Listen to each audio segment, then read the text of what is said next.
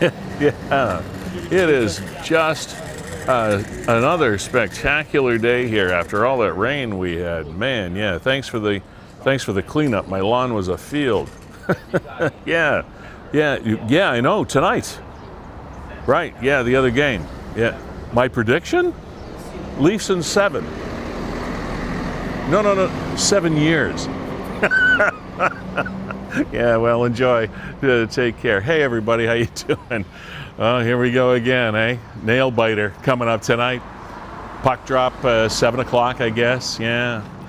Welcome to, by the way, Season 4, Episode 11 of Niagara 411 Live with Sterry. We are fueled by Gales Gas Powers, powered by Gales Gas Bars, powered by WeeStream, supported by Virgin Insurance, and we're very, very excited to say we have 2 brand new sponsors on the program today, Hartzell Marine, as well as Ace Alignment, and we're going to talk more about our brand new sponsors. We're so pleased that they jumped on board here. And here, by the way, is Fiddler's Poorhouse. Once again, we have the beautiful garage-style door open to the world. You can come in, have yourself a nice lunch. You can even join us on the show if you want. And we're going to be heading in here right now on this beautiful day. Boy, I wish we could take the show outside, you know? But technology being what it is. There's an interesting event going to happen in your life today at 12:55, all right? Which is, I guess 55 minutes from now, 53 minutes from now. And we'll tell you more about that the minute that we get settled and ready to rock and roll on the program today. So it's also wide open. If you want to hang in there and click on and be part of our program, by all means you can do that. We'll give you an idea of how you can do that as well on this absolutely gorgeous May the 10th. And you might have noticed that I was doing the shorts thing, me and my lily white legs. Yeah. So, in about 30 seconds, we will get Season 4 and Episode 11 of Niagara 411 Live with Sterry underway. Come on in.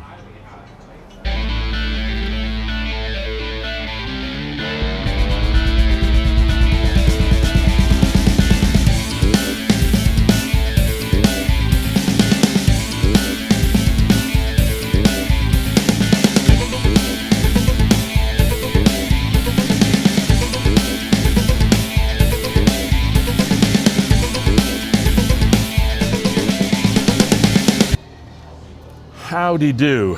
Welcome in, as I mentioned, to Season 4, Episode 11 of Niagara 411 Live with Sterry.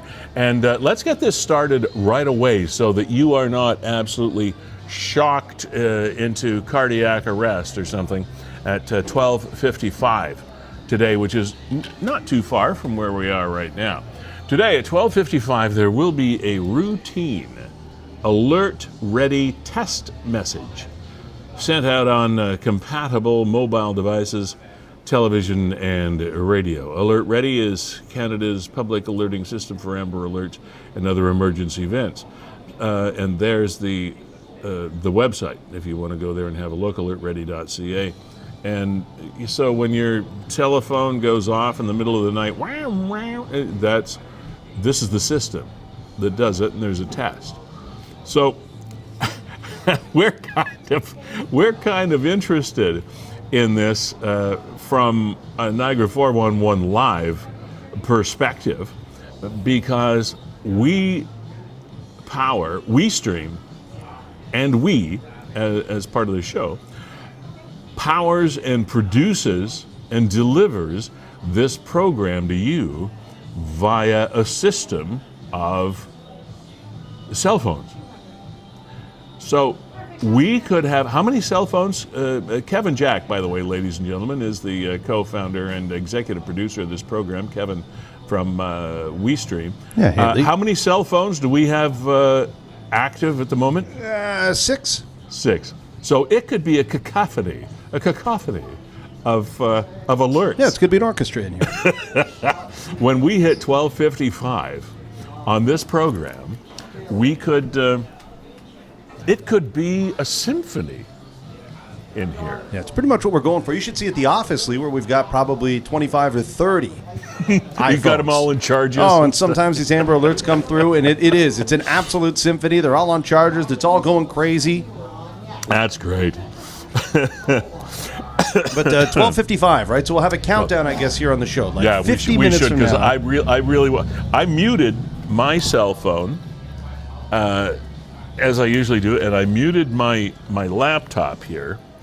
But even when they're muted, these alerts, I think, can play through that, can't they? Yeah, we'll find out. All right. So we could all be going cuckoo. And it's also TV and radio too. So you hear all that. Oh, no matter where you are, it's everywhere. So we'll see what happens. We're counting down to 12:55. I do want to mention our brand new sponsors. As you will see along the top of your screen, Hartzell Marine has joined us on this May the 10th. They're going to be with us for a few months at least, and it's great to have them. They've been in business since 2001, and just giving you a little bit of background here, they've been a Niagara dealership and repair shop, providing quality repairs in Niagara, and now at its second location in Niagara, which is newly renovated in 2020. It's no wonder why Hartzell Marine has grown to be one of the top shops for boaters in Niagara. When I mentioned to somebody, we have a boating place, a marine business coming on the program. Hartzell Marine? Yep. Everybody, people that know them. Owner Dave DeGrave is a Niagara resident, technician of over 30 years.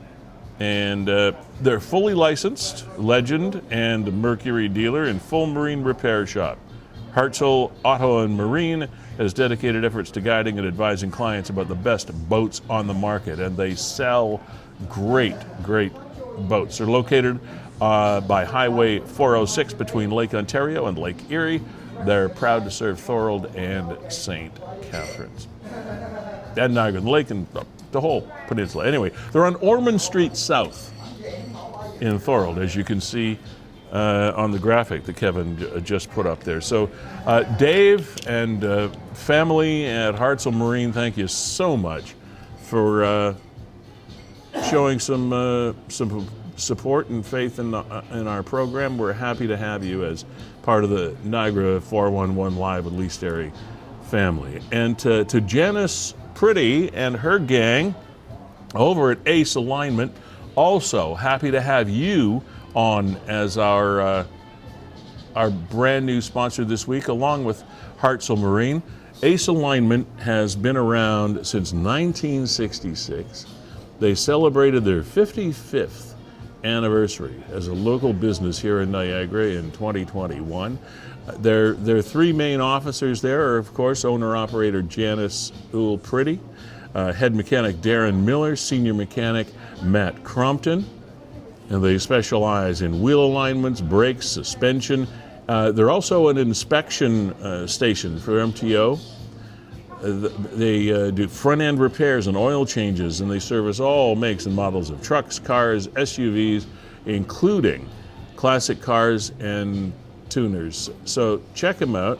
They both have some great websites for you to find out more details about. Hartzell Marine is simply this, hartzellmarine.com. And Ace Alignment keeps it simple as well at acealignment.com. And again, to Dave DeGrave and to Janice Pretty of Niagara, thank you so much for showing your faith and support in our program here. And we look forward to talking with you in the very, very near future as we promise all of our clients some time to come on in and tell us about their business and just to have a chat and introduce them to you so that you can become familiar with another couple of great Niagara-based born and bred businesses. So to Hartzell Marine, And Ace Alignment, thanks for joining Verge Insurance, as well as our title sponsor and our main sponsor, Gales Gas Bars, fueling Niagara for the last 50 and at least the next 50 years. So we got a full complement of supporters here now in the program, and it's just great to have you all here. We really appreciate it. And here we go, Niagara. Kevin Jack of WeeStream, how has your week been? 2 weeks been? It seems a little bit strange now. I go through a little bit of separation anxiety with every 2 weeks, but it's working out fine. But I lose touch with you and what you guys are doing. So have to use this opportunity to catch up. Yes, what's been happening at WeeStream? At WeeStream we've been busy with a lot of our regular work, which had me in Niagara Falls last night for City of Niagara Falls Council. We were also out in West Lincoln last night producing their city council meetings. One of the councilors of Niagara Falls pulled me aside yesterday and said, "Hey, you know what? Of all the councils in Niagara, ours looks the best." Meaning that WeeStream puts that professional polish on it that some of the automated systems and some of the other municipalities just don't have. It's the human touch that we like to put on there. The best. So that was great. Nice. And then on the weekend, personally, we had our son Alex. It was his first communion. Hey. My niece Sylvie, she had her first confirmation, or I guess it's just a confirmation. And then my other niece Haley, we were in Burlington bright and early on Saturday morning for her final ever gymnastics competition. So. Holy cow. So lots happening, but happy to be here. It very much feels like summer now. The sun's been out consistently. Mel's opened the door there. We saw you right at the very beginning. The door's wide open here at Fiddler's. So come down and see us, grab a bite to eat. I did the shorts thing, my blinding white legs going into late spring and early summer. Yeah, and the Leafs are almost eliminated from the playoffs. So I told you, Leafs in 7 years.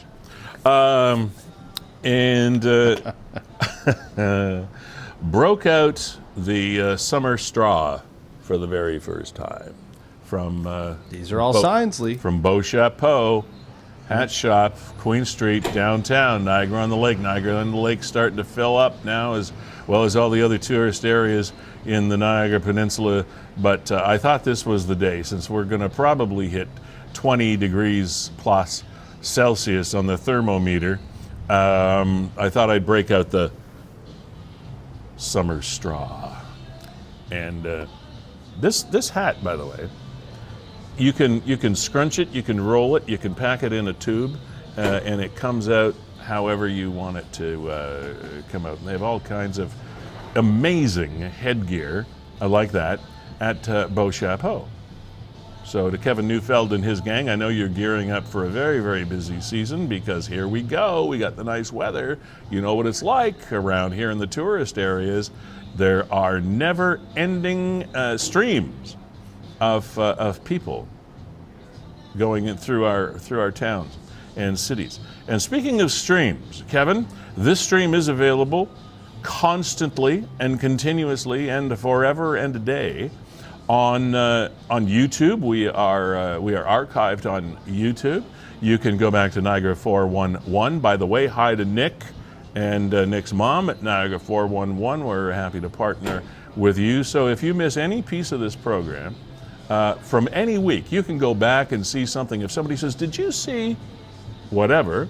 and you say no, well, you can see it if it was here streamed by WeeStream and on Niagara 411 Live. And that goes for all the council meetings and all that stuff too, Kevin, right? Yeah, everything that is live streamed is always archived. I mean, you can flip a switch and make it not so, but for the most part they are. So yeah, if you miss council, and that's one of the great benefits of it as well, they're engaging so many more residents, because, you know, who's available Tuesday night from 4 until 7:30 to sit at council in Niagara Falls? Not many people, but hey, you know what? If I can fast forward to the part I'm interested in the next day or a week later, then perfect.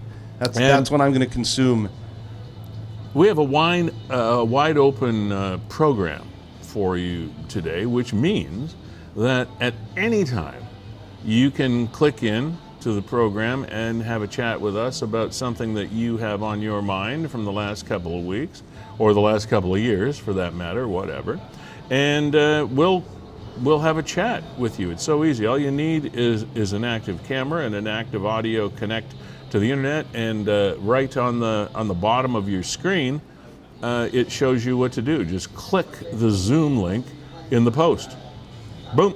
It will pop up, and Kevin will make sure that we've got all of the connections proper as you wait in the green room, and then we'll click you in here and we'll have a chat. All right. And again, as I said, we have a wide open show. We have nothing particular planned as far as guests are concerned, so there are no restrictions.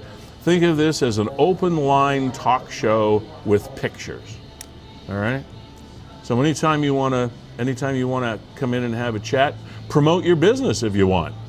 It's okay. You don't have to. We won't. If you had an event coming up and you run a business, or you're running an event in town, call us and let us know. We're not going to charge you for anything. We won't send you a bill. If you want to do that every week, like Hartzell Marine and Ace Alignment and Verge Insurance and Gales Gas, well, then we might charge you a little bit.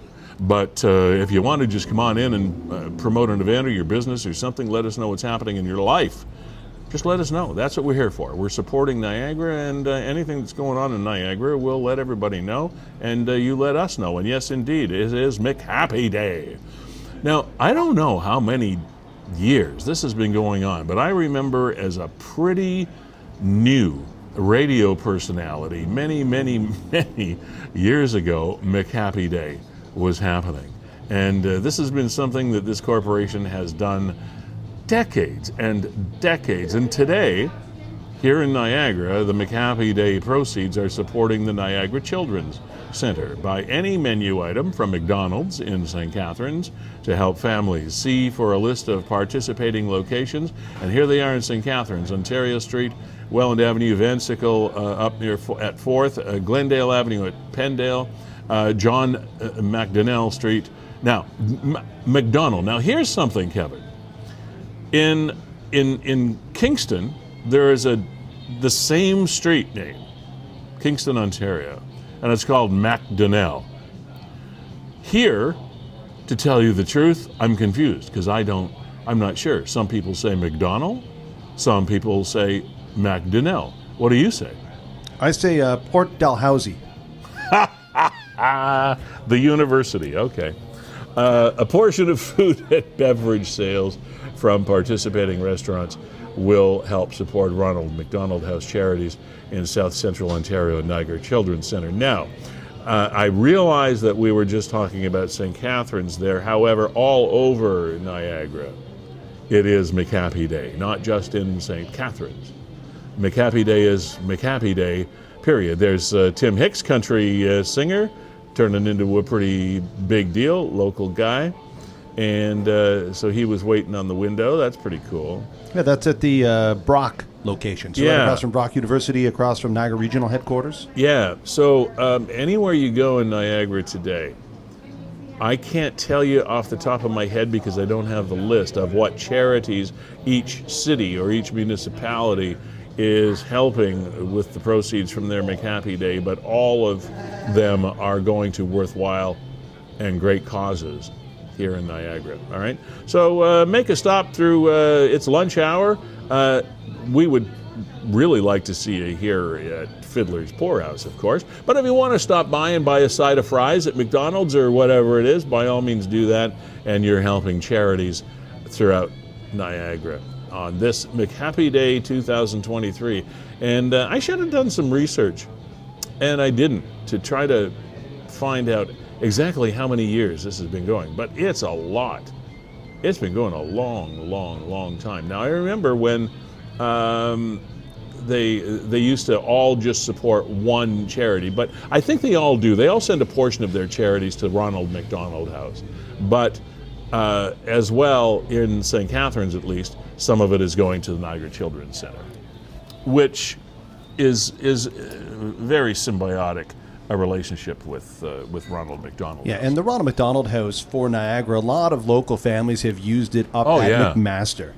So that's where it is. And I've heard personal stories from families where their kids are going through hardship. They're up at Mac for an extended period of time. And if it wasn't for Ronald McDonald House, for them to stay comfortably as a family, it would be Very expensive, right? Have you ever participated in, I'm sure you have sometime over the years, McHappy Day?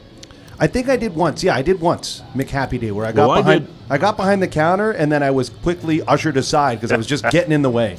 I know exactly what you're talking about, because I have been involved in the media business a long time, as you know, but many years I was one of the volunteers, because we all at the radio stations, we'd show up at one of the locations and do the thing, whether we were on the till, on the front counter like Kevin was, or in the back. And believe me, I would rather be in the back, because I got to tell you, if you think working at a fast food convenience restaurant like McDonald's is an easy thing to do, you are wrong. These young people, and some older people as well. I mean, you've got quite a wide range of personalities that you run into at McDonald's for different reasons. They work at McDonald's. Young people just to get started, older people to find just an extra bit of income or whatever in their lives. And it's really, they're great people, and it's not an easy job, let me tell you. Especially in busy days like today is going to be. I remember doing exactly what Kevin did. I'm standing out front, and I'm trying to be Mr. Nice Guy and smile and time and talk. You don't have time to do. So if you can be the Mr. Nice person and talk and chat and everything and still do your job efficiently, you're going to be Employee of the Month at McDonald's, let me tell you. It's awesome. Yeah, Lee, we used to work with a guy, and he had a side business. I remember his wife owned a restaurant. Yeah. And I remember him telling me once that, you know what, if we have somebody come in looking for a job and they've got Tim Hortons, McDonald's, or fast food on their resume, those are the people we want, because those are hard jobs.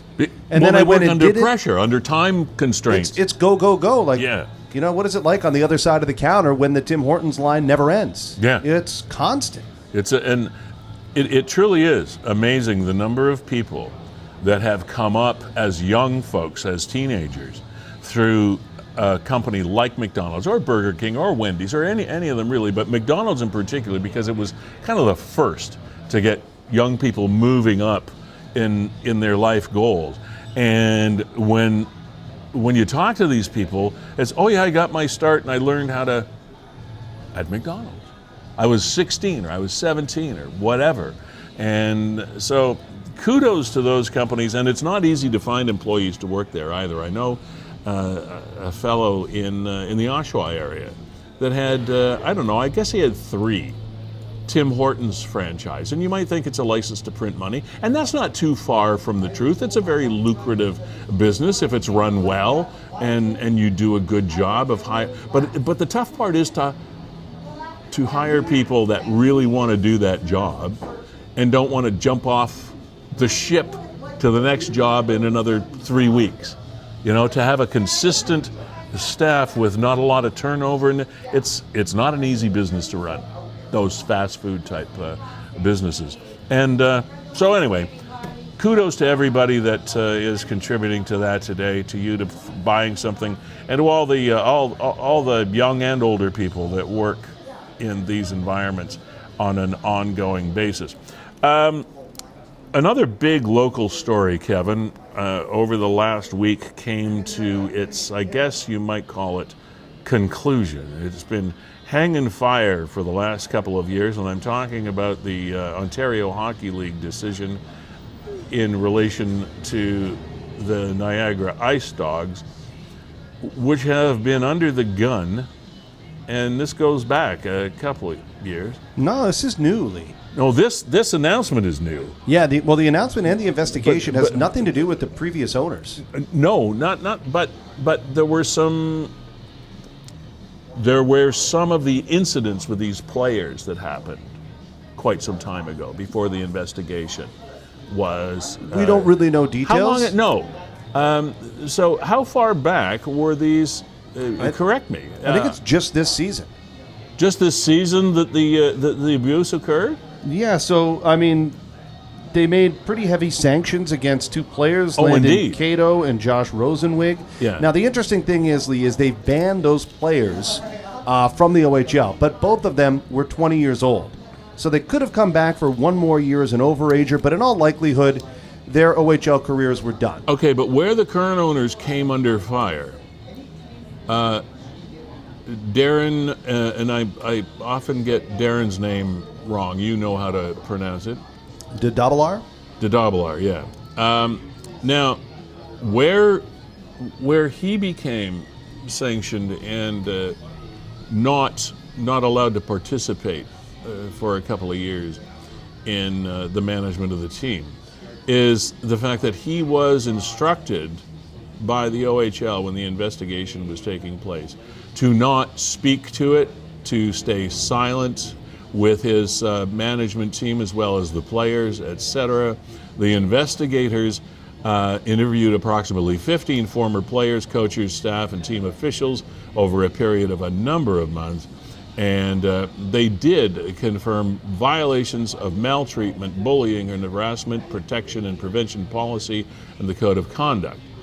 And as Kevin mentioned, those two players, they participated in serious violations of the policy and have violated the OHL code of conduct, including but not limited to physical maltreatment and aiding and abetting respectively, and despite instructed. Now here's where Mr. Dobbelaar comes in. Team governor, owner, and general manager violated the confidentiality directive of the league. And that's where his role took on larger proportions. Based on the investigation findings, the commissioner of the league has issued the following order. In relation to the season 222-223, the Niagara Ice Dogs are hereby fined $100,000. They're forfeiting their first selection in the draft, and Mr. Dobbelaar is suspended from acting as team general manager for 2 years to expire as of June 1, 2025. Those two players, as we mentioned, are out of the league forever. And as Kevin also said, they might have been out of the league forever anyway after their age deadline hit. Protection of players on and off the ice is the paramount concern of the OHL, and et cetera, et cetera. Kevin, the thing that concerns me is, well, a lot of things concern me, but one of the things I wonder about, that is probably a better way to put it, and you, having come up through the minor hockey system and are a wonderful player in your own right, you still play today, and can speak to this much, much more knowledgeably than I can, is how can, at that level, in a junior A hockey situation, which is like one step, a rung or two, maybe at the most, below an NHL career, how does one player bully another player, or how do two players bully other players and still expect to perform as a team to win hockey games? I don't understand it. It would have to be the specifics, Lee, and we don't know the specifics, and I know that De Dobbelaar is working with lawyers to try and get the report from the OHL to find out specifically what they found. Yeah. He may already know, but wants to know what the report is. My guess is, in this interpretation, and it's nothing more than that, it could be completely off base, is it has something to do maybe with a hazing or a rookie initiation, as opposed to something that was ongoing. My guess is it would be an incident. It's in that situation, it's not alarming that it would be two of the older veteran players, right, that would be the ones that would initiate something like that. If you interview 15 players, they would all be privy to it, right? If there was an actual incident that took place, and this is where things are changing, right? In my day growing up, oh gosh, do you want to go on and have me talk to you about the hazing that I was involved in, and then the hazings that I guess helped administer? I would like to know, yes. Okay, so as a rookie playing Junior A, on a road trip, they took all the rookies, and I think there were about 6 or 7 of us on the team that year. So all the rookies on the team bus, and this is pretty mild by hazing comparison. Yeah. We all had to strip naked and go into the bathroom of one of those coach buses. So it's real tiny in there.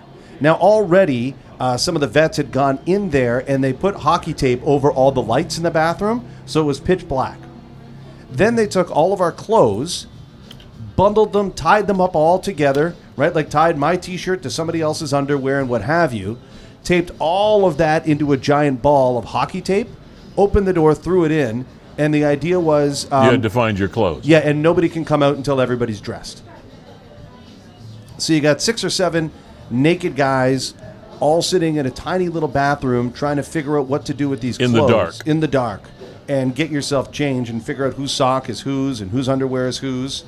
And then That's come despicable, Kevin. out. Do you want me to tell you about the other one? Yes. Okay, I do want to know. I mean, this is the real People stuff that went on. need to know what happens in minor league and semi-major league Okay, so this is the stuff that organizations. we did that was considered, I don't want to say it was considered normal, but nobody was fined for it. Nobody was kicked out of the league for it or anything like that. And nowadays, it's not acceptable. So when did we make that transition, and did everybody get the note? You know what I mean?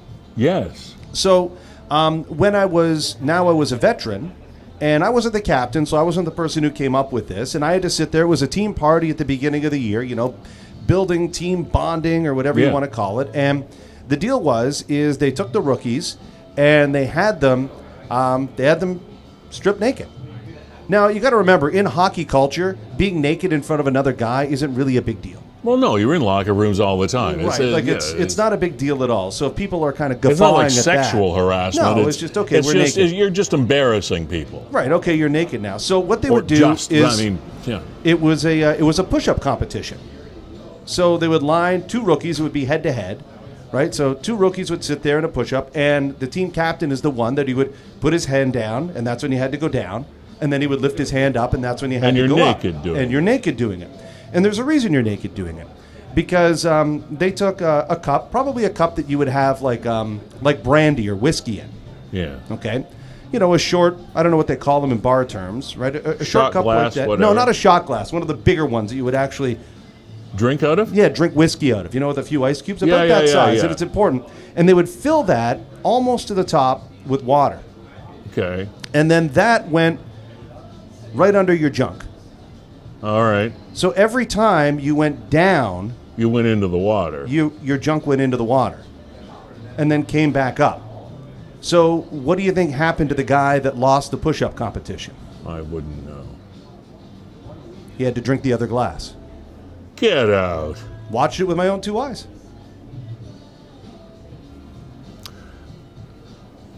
Okay. I mean, and that's mild. I've heard so many of these stories. So, Kevin. Like, legit, I saw it. I was there. I was at that party. Hey, I'm not disbelieving you at all. I'm just trying to wrap my head around this, and I understand the hazing culture. I went through a fraternity thing, but nothing like that.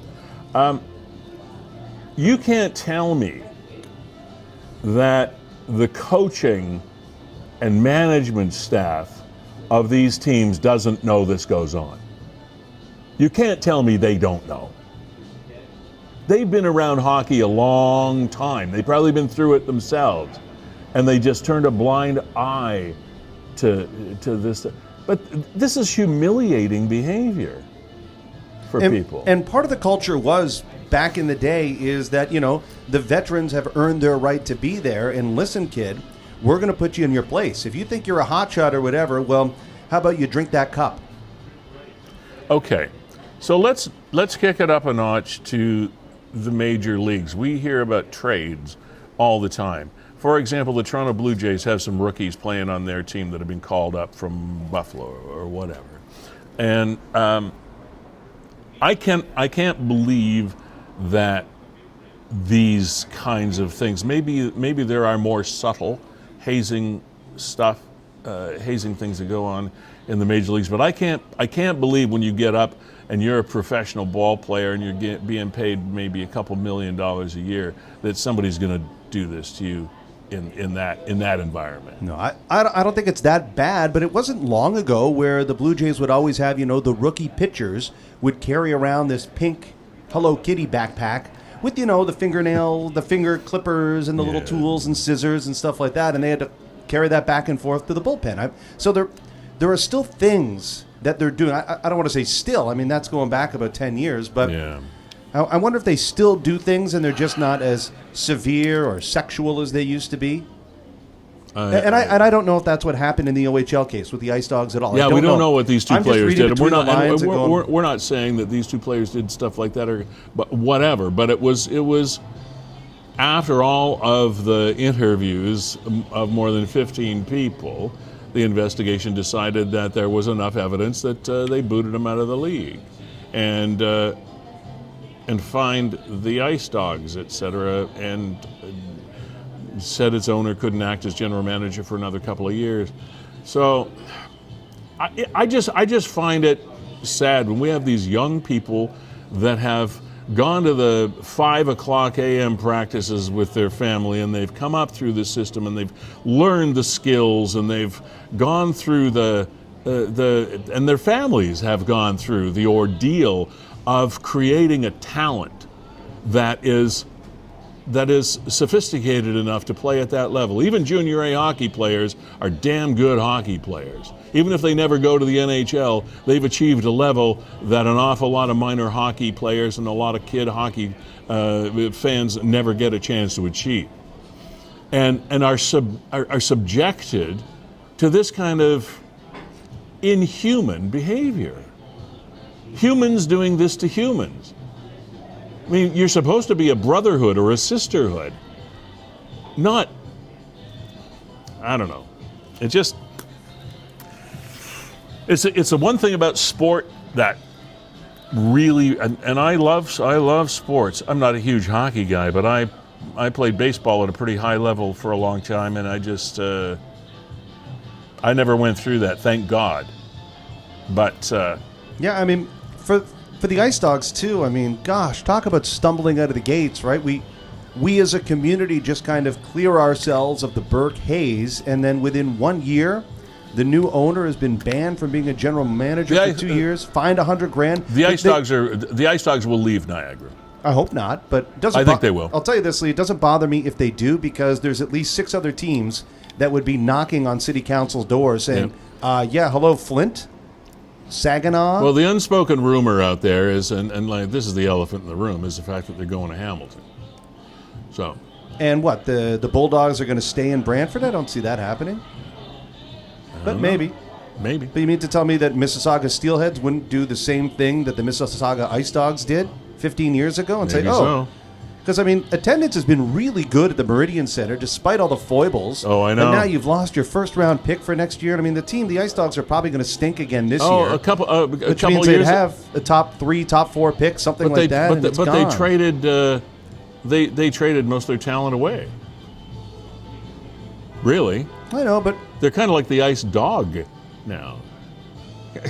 There's some draft choices. Apparently, they've all committed. I mean, if that's part of the rebuilding, I guess I'm okay with it. They weren't really clear on their plan. Like, they didn't really convey that to the community and saying, hey, here's what we're doing. We're stripping it bare, and then we're going to build back up for a run 3 or 4 years from now. I don't care what anybody says. Respect, reputation is paramount in just about any line of business that you are in. And let's face it, being an OHL hockey club is a business.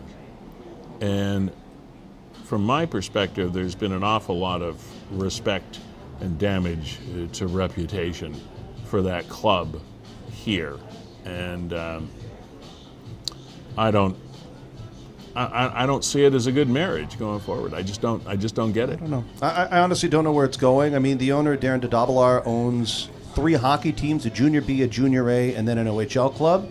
And all 3 of them finished dead last in their respective leagues last year. Yeah, so, I mean, that's... I mean, okay. I hope they do well. I hope for the community that the Ice Dogs do really well. But, man, oh, man. Just when you think you're getting out of the woods. Lee, big event this week that I think connects to this story. I know you're like a monarchist or... I am not a monarchist.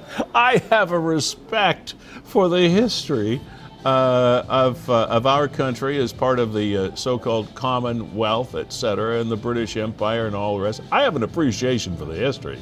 I wouldn't refer to myself as a monarchist by any stretch of the imagination, but this is one thing that I wondered, the big event, the big international event that people were paying attention to, and some people up in the middle of the night at 3 o'clock in the morning to watch this coronation get underway, is the coronation of Prince Charles into King Charles III. And what I just wondered is the fact that right around the corner from me, to get to my house off Lakeshore Boulevard in St. Catharines, you have to come down Prince Charles Drive. And then there's the long street, big, one of the main arteries in Welland, Prince Charles Drive. Are we going to have to change these now to King Charles? Are we going to be doing King Charles Drive in Welland after all these years? Wow, I don't know. Or do we change it to Prince William Drive? That's a possibility. I don't know.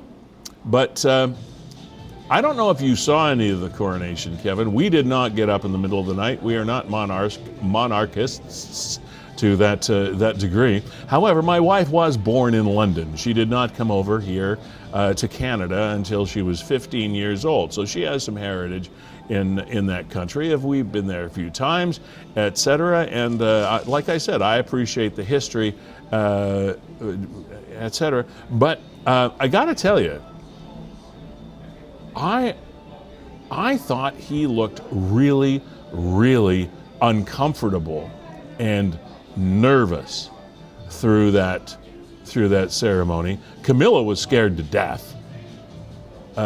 You could tell she was just deer in the headlights. But he looked more uncomfortable, I think, than I've ever seen him in any appearance in his or my life. It was just really, really, it just really appeared awkward to me. But anyway, I guess if you're on display for a couple of billion people around the world, you're gonna be. It's like, okay, what do I do now? I go here, I go there. Okay, it was like artificial intelligence. It was very robotic. He should have been happy and smiling and enjoying the moment, feeling powerful like a king. But he didn't come off as kingly. Did you see any of it? I saw bits and pieces. Yeah. I mean, I'm almost an anti-monarchist. Well, now, see, that's the other extreme. I'm okay with him, but I look at this guy and go, he was just born into the frickin' Lucky Club. Why do I need to? Why should I respect this guy? I've got no reason to respect him. I got no reason to wake up I have no reason to even stay on the channel, other than for the ceremony of it all. It is nice seeing the Landaus come out and the church and what have you. It's the history of it all. It's the pomp and circumstance and ceremony and history. We in Canada think 200 years is a long time. In the UK, it was yesterday. I mean, 1,000 years of this.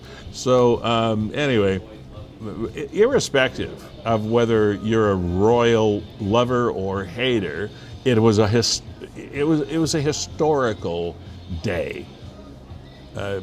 You have to agree with that, whether it be a good history or a bad history for you. After the longest reigning monarch in British history, the Queen, after 70 years, this is the first coronation. It's like, wow. But for anybody that was around for the first coronation, my wife was a little girl dressed in a playing card costume, waving a flag on the street in 1953, when Queen Elizabeth was coronated. There's a picture of her doing this. Wow, that's pretty cool. Yeah. So, and we watched this one in 2023, 70 years later, and at the age of Charles, she might get a chance to see her third coronation with William. So, because I mean, I know I'll watch that one. I'll watch the William one. He's led a healthy life, but he's getting up there. Anyway, that was really, really interesting. And all I can say is, we visited England recently, and I'm glad I wasn't there and trying to get out of that country during the coronation, because it must have been absolutely insane.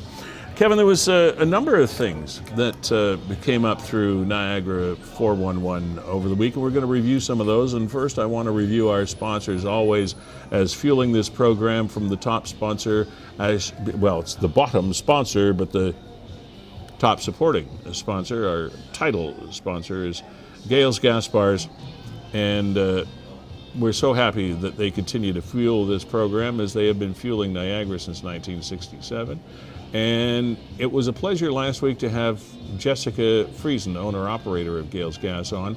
And if you're interested in getting a little bit of background on gas prices the way they are and what's going on in that petroleum world, her interview is up on Niagara 411, as all of our interviews are archived forever and ever. So we appreciate Jessica having come on last week to have a chat with us about all things petroleum in Niagara and around the world. Verge Insurance Group, thank you very much for always supporting us, another locally born and bred business. And our brand new sponsors for starting this week, Ace Alignment, Janice Pretty and her gang. Wheel alignments, brakes, suspension. They're a motor vehicle inspection station as well, accredited to do that for you. Front end repairs, oil changes, servicing all makes and models of trucks, cars, SUVs, including classic cars and tuners. And they're on North Street in St. Catharines, and it's acealignment.com. It's very, very simple to find them. And Janice and her gang, her head mechanic is Darren Miller. You might know Darren. Senior mechanic is Matt Crompton. And they have been in business since 1966. In 2021, they celebrated 55 years in business here in the Niagara Peninsula. And that is an amazing feat. Yeah, they got their story here on their website, including some of those old photos. Yeah, I think they're still in the same location. But it's truly a Niagara business success story, and we're so happy to have them say, "Hey, we want to come on and be a part of your program." So that's awesome. So check them out, acealignment.com, and use them when you can. And of course, Hartzell Marine just joined us this week as well. Dave DeGrave, thank you for also showing your support and faith in this program. They are, I want to make sure I get this right. They are a fully licensed, because I don't want to, last thing I want to do is get a new sponsor's information wrong. Fully licensed Legend and Mercury dealer, full marine repair shop. They've dedicated their efforts to guiding and advising clients about the best boats on the market. And my wife and I were talking about boats just the other day, and how well they last. I mean, some people have boats on the water that are like 20, 30 years old or whatever. I mean, you got to look after them and all the rest of it. But boy, anything you want to know about boats, Hartzell Marine is the place to go. And once again, it's a very simple website for you to visit, hartzellmarine.com, and you see all the hashtags on there. They have connections to all kinds of different products in the marine world. A very, very successful, thank goodness, and congratulations business since 2001. Here in Niagara. One thing I'm going to pop in there, Lee, is this time of year, a lot of people start thinking about getting their boats out. Yeah. Dave and his crew out there at Hartzell Marine up on Ormond Street South in Feulled, they also service and repair trailers, boat trailers. Oh, right, yes. Right, so a lot of people like that. The boat's good to go, but, oh, gosh, this weld snapped off, or I need something, or my wheel is gone flat, and I need that, and they don't know where to go. Yeah. Go see Dave and his crew at Hartzell Marine, because they work with all that stuff, too. I wanted to mention that before, because Dave sent us something, and I'm looking away, sorry, because I want to remind myself of what it said. Full service to all makes, models of personal watercrafts as well. That because I knew there was something I was missing, and that was it. And to go to Kevin's point as well, trailer trailer repair, because you got a boat, but you have to get it from point A to point B before you can make it float. So they can help you with all of that stuff. And if you want to buy, if you're thinking of buying a boat and you're not an expert, by all means, go to people who are, and that goes for any business. I think, and I would mention the name of this business, except I'm really sorry I cannot remember the name of the business, and it's driving me crazy because it's on the tip of my tongue. But they have a great tagline in their advertising. It's a meat distributor sales place. It says, "If you don't know your meat, know your butcher." And I thought that was a great line. Yeah, it's Lakeshore Meats. Is that Lakeshore Meats? Pretty sure it is. Yeah. Right around the corner from me. Thank you, Kevin, because I'd forgotten. So the same thing goes for just about any business. If you don't know your boats, go to a boat guy. If you don't know your alignment or your car or your front end, go to a front end guy, girl, place. So it makes sense. If you don't know yourself, go to somebody that does. And that's why we appreciate having our sponsors that are Niagara-based and born and bred on this program. Now, Lee, Yes, Kevin. we're, what now, 5 minutes away. 5 minutes away from Yes. the test of the Amber Alert System, the Alert, whatever it's called, the Alert Ready Emergency Alert System. Yep. It's going off in 5 minutes. 4 minutes now. So the Alert Ready Emergency Alert, isn't that a little bit superfluous? The Alert Ready Emergency Alert System. Okay.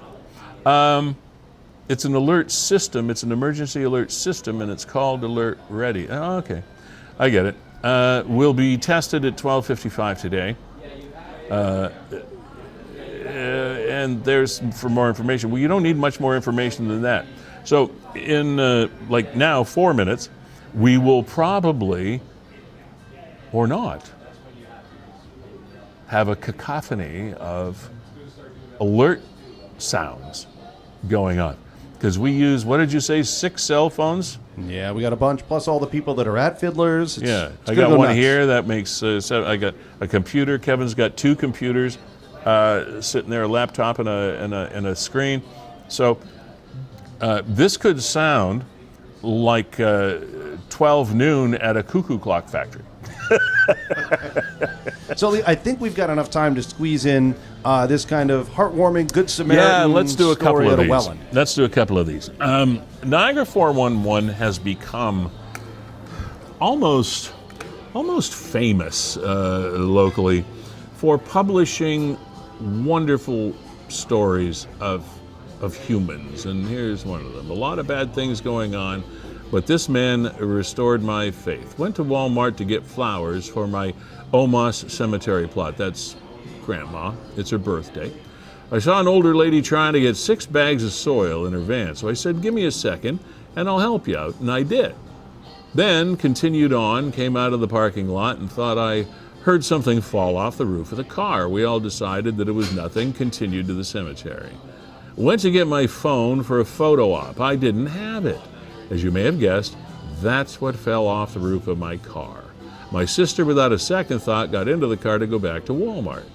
My sister called my phone, and a man answered. He had a strong accent, but could make out that he was in Walmart parking lot in a blue car. This man saw it fall off the roof, picked it up off the road, and waited there till my sister called the phone. It was at least 20 minutes before I realized I didn't have it, so the man in the blue Corolla, I thank you, he decided to stay in the spot I lost it, figuring I would return to the spot. This man is a kind man. Great gestures that people do that usually get unsung, and that's a nice thing about 411, because we read a lot of these stories that you would never otherwise be able to know about. That's cool. Yeah, I think it's importantly in life, or if you're in other people's workplaces, to go to your way to thank people that do a good job. And sometimes 411 is your avenue for that, because you don't know who the person was, like this guy. Hey, I just want to publicly say thank you very much to whoever that guy is. Sometimes you're in a grocery store or somebody who really goes above and beyond, and instead of managers only hearing the bad stories, go to your way to share the good stories. Yeah, and you know what? That is the hardest thing for humans to do, and that's why when we see these things, it really does stand out. One of the things that I learned the hard way as a very young guy who was put in charge of supervising people years ago and then managing operations, etc., is it's the 80-20 rule. Have you ever heard of the 80-20 rule? Well, if you spend 80% of your time on one thing and 20% of your time on the things you should be spending your time on. Well, when there are employees and there's people in a business, oftentimes you spend 80% of your time dealing with problems and only 20% of your time paying attention to the good things that are happening. And that goes to Kevin's point of catching people doing things right. And boy, that's hard to do, because there are problems coming at you all day long, negatives coming at you all day long. So that's what you're thinking about. You're thinking, well, that stuff's fine over there. I don't have to worry about that. So you've got people that are doing great things every single day, and it's like their wallpaper. They just, because, here it goes. Yeah, mine's going. You're going? Yep. Everybody in the restaurant? I want to see if everybody in the restaurant's picking up their phones. Well, no, I had mine on mute, so it wasn't. All right. Still made a sound, though, coming out of mine. Yeah, I heard it. Yeah, that was coming out of mine, and my phone But it was silenced. short. Well, I stopped it. But there you go. The other phones didn't go off. Is it still going? No, I shut mine off. I know you shut yours off, but is the alert itself still going? No, I mean, I don't see anything on my phone. No, it was still. Well, I saw the printout here, but when it happens in the middle of the night, it goes longer. I guess this is a test, so they didn't have to test it for very long. Well, that was a bit of nothing. Yeah, it was. We didn't Much. The screens didn't go. Much ado about nothing on that one. Yeah, well. Lee, where do you want to go here? Let's go to the couple that led our fine officers on a merry chase in a Mustang. Yeah, they were caught, right? They were caught. But this is like a mini, I don't want to give them too much credit, mind you. This was like a mini Bonnie and Clyde grandchildren failed chase thing. All right, so May 4th. May the 4th be with you. That's last Thursday. Yeah. Detectives were attempting to locate and arrest a wanted female. So they located a Mustang driving on Garrison Road near Kraft in Ford area. The Ford had been linked to wanted female Zanka Hafter. That's how I'm saying it. 29 years old, no fixed address. Ford stopped at a plaza. The male driver entered a store. Hafter was seated in the front passenger seat. The male driver, identified as Colin Todd, he was 38, he's from Port Perry, returned to the Ford, and it was then blocked in by the police vehicle. Todd and Hafter were ordered out of the Ford, but they said, Todd suddenly accelerated the Ford. It jumped over a cement parking curb into a grassy area. Todd continued accelerating as he went over a hill, sidewalk, and onto the road. Once onto the road, he accelerated and fled at high speeds, putting the public at risk in the urban area. Out of a concern for public safety, officers did not pursue the Ford because they now have very strict protocols with regard to high-speed chases. So Colin Todd is wanted for the criminal code offenses of... Oh, sorry, I took it away because now we got the update. Yes, here's the update. Okay, so they were assigned to this thing, a dangerous driving incident that occurred on the 4th, with the assistance of Durham Region during the afternoon hours on May the 9th.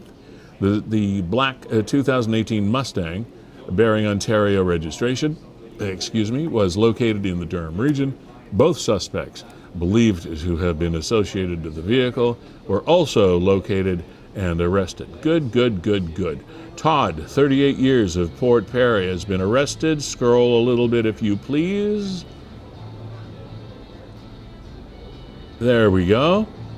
Charged with dangerous operation of a motor vehicle, flight from a peace officer, obstructing a peace officer, and the original person of interest, Zanka Hafter, has been arrested, charged with the following criminal offenses of break, enter, and commit, theft of a motor vehicle, possession of stolen property over $5,000, failure to comply with a release order, 3 counts of that. Todd's been returned to the region of Niagara, is being held for a bail hearing to take place no later than today via video link. Hafter will remain in the custody of the Durham Regional Police Service. So, that was a little bit of, like I said, Bonnie and Clydeism in Niagara. Not quite at that level of criminal activity, thank God, but fun and games nevertheless for the Niagara Regional Police Service, as well as the Durham Regional Police Service. Kevin, it was just a little more. I think it was also May the 4th-ish. Yeah, with the ATV flight. Yeah. Yeah, that was a crazy one, too. The stories that police officers must be able to tell. On the 4th, they responded to a commercial property in the city of St. Catharines for a report of a stolen golf cart. Huh? Yes. Oh, yeah, that's right. Wasn't even an ATV. Wasn't an ATV, it was a golf cart. Photos of the stolen golf cart were disseminated to officers throughout the region, as well as photographs of the suspect involved in the theft. Approximately 2:15 in the afternoon, the cops got a call for service from a citizen who observed the stolen golf cart being driven southbound on the canal path in the city of Welland. Port Colborne officer attended the area of Elm Street, as the canal trail has several known openings onto the roadway.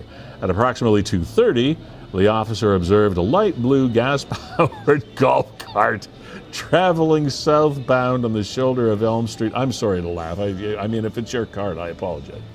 The officer initiated a U-turn, caught up to the golf cart that had driven into the residential area of Apollo Drive.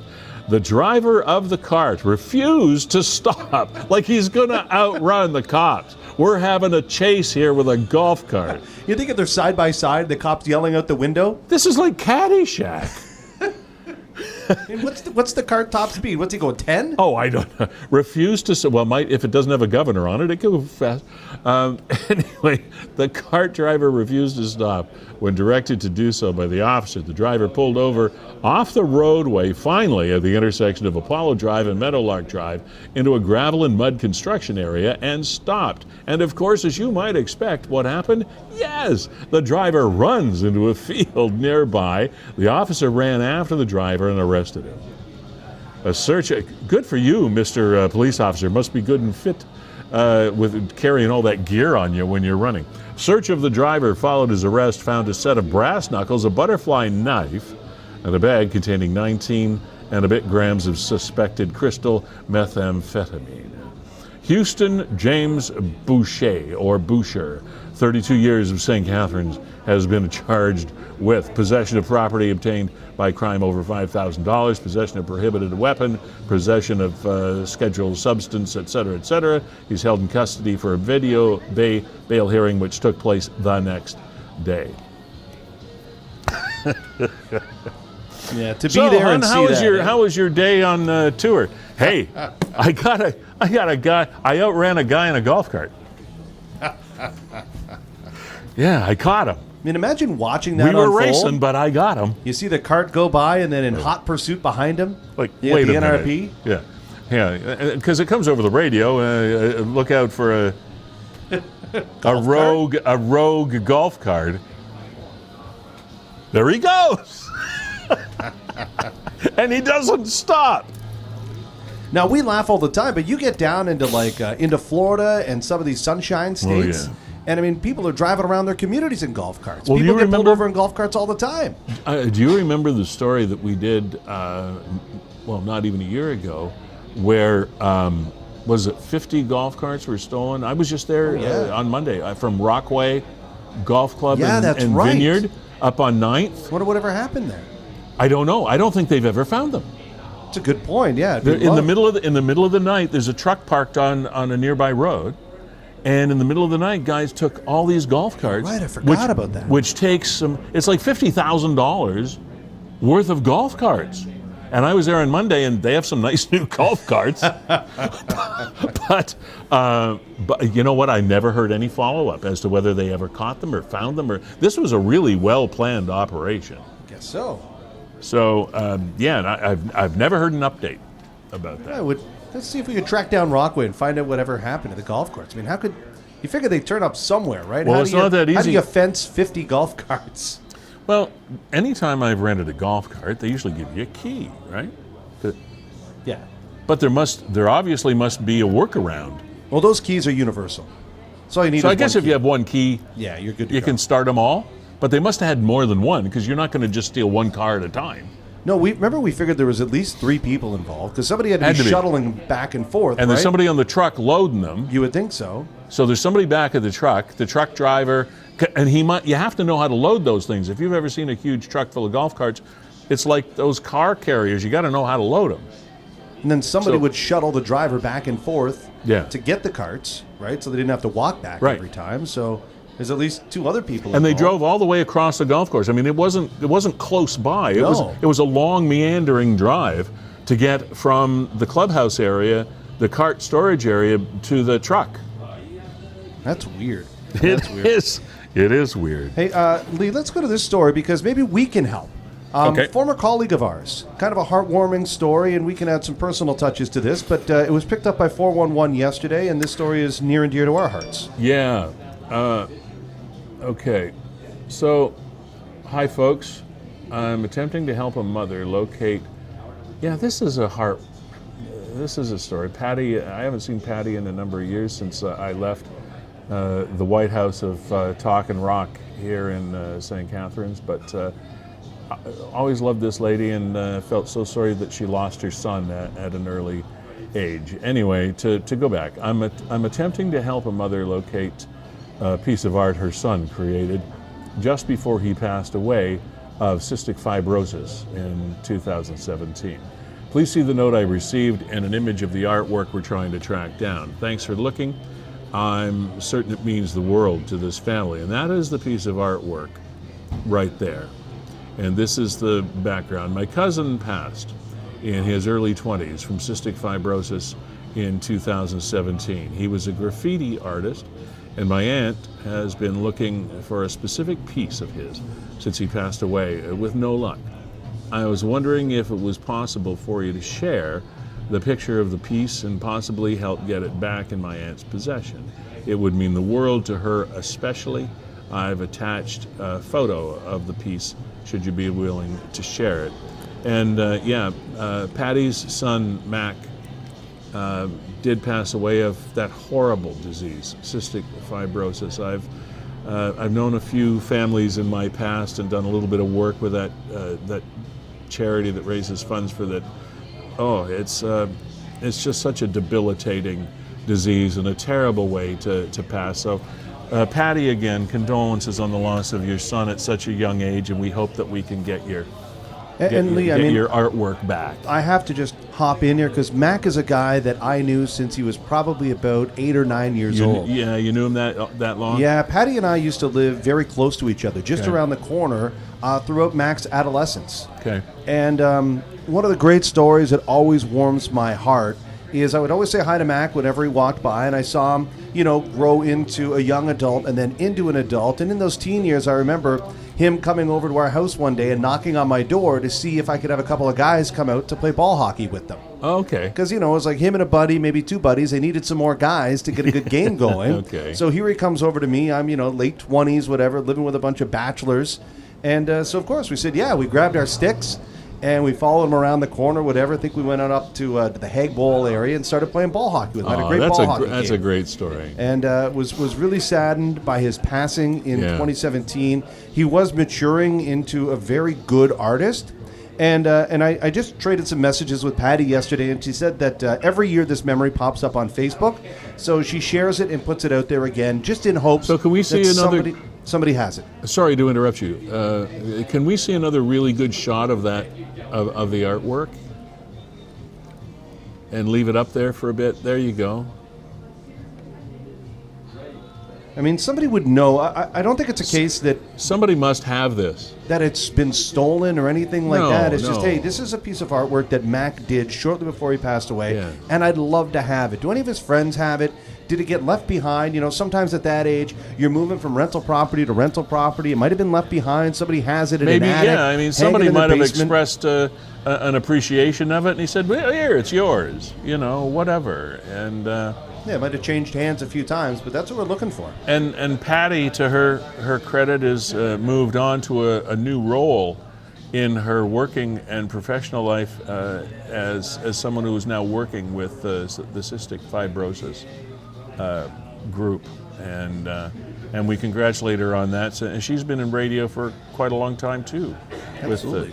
with the White House folks. So, Patty, we miss you. I wish I could say hi, give you a hug again, because it's been a while. It's like 4 or 5 years since I've seen Patty, and I know that she was, as any mom would be, I guess, just so devastated by the passing of Mac, and he was her whole life. And cystic fibrosis is a devil. It's a despicable disease. It affects your breathing and your lungs, and sometimes it's like asthma to the power of 10. You can't often take a breath. Your lungs fill with fluid. It's a terrible thing to go through for the sufferers as well as the family. You know what, Lee? I think we're going to get Patty on probably in a month or so, because there are some local fundraising events that are coming up for CF. I would love to, because, you know, there are so many people that do not understand the devastating effects of that disease. It's truly something that I don't know why tends to slip under the radar of diseases that are suffered an awful lot by younger children and young adults, and it would really be good, I think, Kevin, if we could chat with Patty in her new role and have her explain it, because I can't explain it properly, because thank God I've never had a family member suffer, but I know that I have known people that have, and I think that's part of what is the devastating part of the loss, is the suffering that goes involved, because it's a terrible thing. But so I would look forward to having Patty on, and if you know anybody that might have an idea of where that artwork is, or if you recognize it at all, let us know, because it would mean the world to Mac's mom to have it back in her possession. No question about that. A year ago, in a few days, one of the enduring mysteries of a Niagara disappearance was sort of resolved in the fact that the body of Trina Blagden was discovered. And we still don't know what happened to it. It was said, there we go, let's read this. May the 4th be with you, will never be the same. Hard to articulate how a whole year has passed already. To never have another call, hear your voice, thoughts, wisdom, humor, and laughs is unimaginable. Knowing the family is suffering because justice isn't served is just as cruel as why you aren't here and all the torments leading up to you being found dead and even after. Sick, sick, sick people. One thing no one can take away is your memory, and sorry I didn't put it back on mute. One thing no one can take away is your memory and the love you had for people and people have for you. One day they will have to answer their maker, but then true justice will be served. Love you always and forever, Trina Blagden. May 4th, 2022, her body was discovered in the Henley Catch Basin, I guess, area that you might call it, in St. Catharines. And the police reported, after an investigation of so long, since New Year's Eve of that year, no foul play suspected. And that's the only statement that we got, Kevin. That text or post alludes to the fact that there was more to it. In other words, some people are to blame. Somebody's to blame. Something happened to her beyond no foul play suspected, but that's all we got. And that's all we continue to have.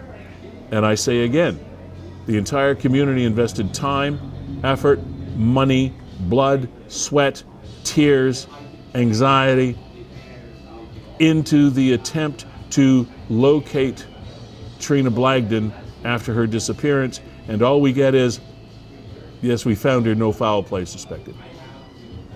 Now, we can all make conjecture as to what that means, but we still don't know.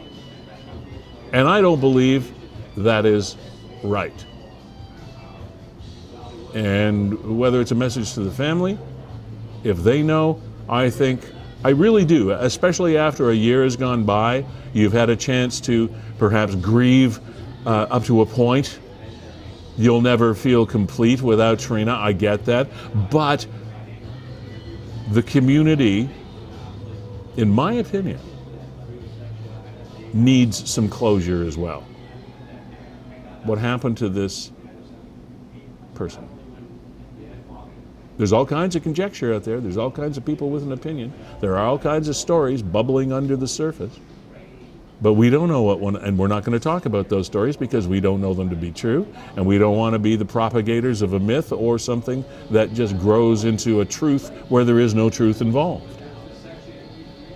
But we would like to know the truth. Also, it's just a little bit over a year since Nicholas Adamson went missing, and there is a group on Facebook, it continues to be there, Missing Nicholas Adamson. There's a Google review of the Moose and Goose where he disappeared from. And here's a post from her mom. This is from her mom. From his mom, rather. Yeah. If Nicholas was a victim of misadventures the NRP want to believe, then I believe he would have been found by now. He was not found in the Welland Canal. He was not found on the Merritt Trail or any place in Feulled or St. Catharines. He has not been found. Where could he possibly be? It's unimaginable that a young man could walk down Sullivan Avenue in Feulled and disappear.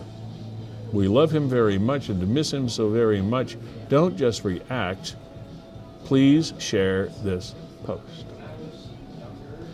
And we heard today from someone that was here inside Fiddlers that there are still people from time to time that are walking the trail, checking the ditches, etc., still looking for Nicholas. But there are also a lot of people that I run into still today, and we all have questions. He called his mom 8 times. We interviewed his mom a few months ago, and this is her telling us. This isn't third-party hearsay. But he called her that evening about 8 times. He was asking for her to get him some money, which she apparently did. She was in bed part of the time. She, when he wasn't home, eventually got up and drove around for about 20 minutes, didn't find him, came back. And that was it. I'm assuming, probably like we all would assume with our children when they're out, that are grown people, that maybe bunked with somebody or stayed overnight somewhere and he'd be back in the morning. He wasn't. Then the other part of the story was that he was at the Moose and Goose, and this wasn't the evening of St. Patrick's Day. This was actually late on the night of March 16th, going into the early morning hours of St. Patrick's Day, March 17th, if you remember. But it was still Moose and Goose St. Patrick's Day kind of gathering. So it was rather raucous, or a lot of people around. And Nicholas, as the story goes, as we understand it, as we heard, he borrowed a cell phone from a friend of his that he was with at the club.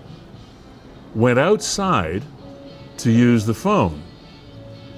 Then the bouncer or security guy at the door wouldn't let him back in because of his inebriated condition. And then he disappeared. Okay. Let's assume for a second, or for a minute, as we've all had to, that this is exactly what happened. Let's say I'm your friend. Let's say Kevin and I have been out for an evening of revelry with our friends. And my phone is out of juice for some reason or other. And I borrow Kevin's phone. Say, can I borrow it? I got to get out of here. It's too noisy. I got to call my mom again. This time, who knows? It might have been to ask for a ride. I don't know. So anyway, he goes outside the bar. He's drunk. Okay, fine. People get drunk. He wasn't driving, apparently. And so I go outside here at Fiddler's Poorhouse, where I've been having a party for a while, and I go out there with Kevin's phone. So I don't come back for a little while. Let's say it's maybe 15, 20 minutes, and all of a sudden I realize, where's Lee? Where'd he go? And more importantly, where the hell is my phone? You know how attached people are to their phones. It's a lifeline. It's like they might as well have it tied to their wrist. You know what it's like. So, but his friends never came out there looking for him, as we heard. The guy that owned the phone never came out yelling, "Hey, Nick, where's my phone?" It was just, he disappeared into thin air. If you're the bouncer or whatever they call the security guy, the doorman, whatever, that wouldn't let him back in, what did he see? What does he know? How does he feel? Love to talk to him. Yeah, we have somebody that just hopped into the green room here, and I think they want to come on. I don't know whether it's about Nicholas Adamson or what, but we'll bring him on. And I'll who have we got? I'm not sure she wants to come on or not. Are you interested in coming on the show today? No. Oh, okay. No? All right, we'll take Just you. watching. All right, cool. Just looking? Okay. The viewing experience is better to watch the Facebook feed than to come into. Okay. Thank you. Thanks for the wave. Hi. So, I still believe there's something about this story that's missing a link. I don't know. But anyway, we haven't forgotten it. I think that was the reason that we wanted to talk about these folks. Is Nicholas Adamson? We have not forgotten about you. You haven't gone unnoticed. You're going to continue to be remembered. And man, I hope we find you one day, wherever. And Trina Blagden, you're still missed by your friends and your family and your community. And there are also some loose ends that we would love the authorities to wrap up, but they're not going to. And I have great respect for our law enforcement people. I really, really do. But in this case, I wish the family, and maybe they would, I don't know, maybe it's not the family, maybe it's just the cops, maybe it's just their system of what information they share and what information they don't, I don't know. But regardless of whether it was something that Trina brought on herself or not, that's okay. I mean, people suffer, people have issues in their lives. We understand that, but we really would like to know what happened to you. We really would like to know. Not just out of idle curiosity or just, what do you call it, rumor millism, whatever. It just gossip. It's not gossip. It's just that overused word, I suppose, Kevin, closure, for us as well as for Trina. Let's lighten it up here before we wrap up the show with some new local music. And this is a post that we saw go up. It was on 411, but just all about the English language and how crazy it is. Oh, this is good. Yeah, this is a lighter moment. This was a post that was put up, as I understand it, Kevin, from a professional streamer like WeeStreem, is that you are associated with on a professional level from the U.S., right? Yeah, exactly. He's from Dallas, but Okay. All right. So here are some things, some great things about the English language, and they say English is the hardest language to learn if you don't already know it. And here's some of the reasons why. The fact that Kansas and Arkansas are pronounced differently bothers me way more than it should. I love this stuff. Pronouncing words that end in O-U-G-H. Cough, bow, rough, dough, through, and though. Now, how do you figure that out if you're a third world country person? Is the S or C in scent silent? That's good. Here's another one. Did you ever think of this? Why does fridge have a D in it, but refrigerator doesn't? I saw a word the other day that reminded me it's the name of the state Connecticut. It has a C in it. Connecticut. We never say Connecticut. Okay. Why are Zoe with an EY and Zoe with an E pronounced the same, but Joey and Joe aren't? I don't know. As William Shatner would say, it's unexplained. You can drink a drink, but you can't food a food. Now think of this one. I'm looking at it, you're looking at it maybe, but if somebody's listening to the podcast, you have to think about this like audibly. The word Q is just a Q followed by 4 silent letters. Because the word Q is spelled Q-U-E-U-E. So the U-E-U-E is really superfluous. It's Q. I love it. Why is a W called a W when it is clearly a double V? And Kevin, you reminded me that in the French language, is it W? bang on. Yeah, W is how you say W in French. Interesting stuff. All right, I would like to thank once again our sponsors, Gales Gas Bars, for fueling this program almost from its inception. Appreciate you staying around with us. Virgin Insurance Group, also having been with us now for well over a year and a half, having been part of this program. Thank you very much. And just so much appreciation for our 2 brand new sponsors that came online this week for the show for at least a 6-month run. It's going to be so happy to have you. Heart Soul Marine and Ace Alignment. Dave from Hartzell, Janice from Ace, thanks so much. Running a business is not easy these days.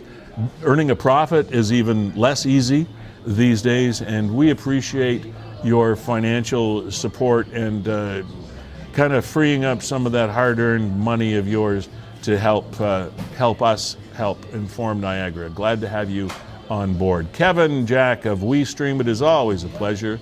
Again, fine job on negotiating us through the program today. Fiddler's Poorhouse, thank you for having us in your establishment and letting us take up a corner of your business for this show. Also to Niagara 411 with Nick, and hi to Nick's mom. It's nice having your partnership. Beau Chapeau on Queen Street in Niagara-on-the-Lake. Thank you for me helping to hide my bald spot at the top. And my name is Lee Sterry. This has been Niagara 411 Live, episode 11 of season 4. And we want you back here in a couple of weeks. We have Strangely Steve and the Lost Entries coming up. One of these times, I'll ask Strangely Steve where he got the strange name, but Strangely Steve and the Lost Entries, and you're going to see a piece here to play us off the stage called Angel of Blue. Thanks for being here.